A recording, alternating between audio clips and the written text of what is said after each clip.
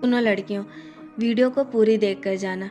लोग अक्सर सिर्फ देखते हैं आपका एक लम्हा, आपकी नीयत, आपकी मेहनत, आपकी रात के आंसू, आपकी दुआएं, उन सब को वो लोग नहीं देखते, मगर अल्लाह देख रहा है। और उसके नज़दीक आपका एक सीक्रेट इफ़र्ट, एक छोटी सी वीडियो भी इबादत है। मैं भी इस दौर से गुज़रती हूँ कि जब किसी को दीन की बात बताती हूँ तो कहते हैं आई बहुत दीन की बात बताने वाली।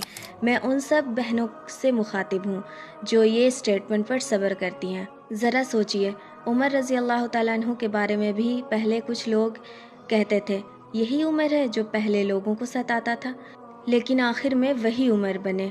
आपका मुकाम लोगों के राय से नहीं, आपकी नीयत और कोशिश से तय होता है। 3 ऐसी बातें नोट कर लें तो आप दीन का काम जारी रखेंगी। पहला, नीयत पे मजबूती से कायम रहिए। दूसरा, परफेक्शन का इंतज़ार मत कीजिए। तीसरा, छोटी छोटी वीडियो से शुरुआत कीजिए। चौथा, नेगेटिव लोगों से दूर रहिए, उनको जवाब अल्लाह देगा, आप अपना काम कीजिए। इस वीडियो को शेयर करें उन बहनों को जो दीन का काम करना चाहती हैं पर लोगों के कहने से नहीं कर पाती।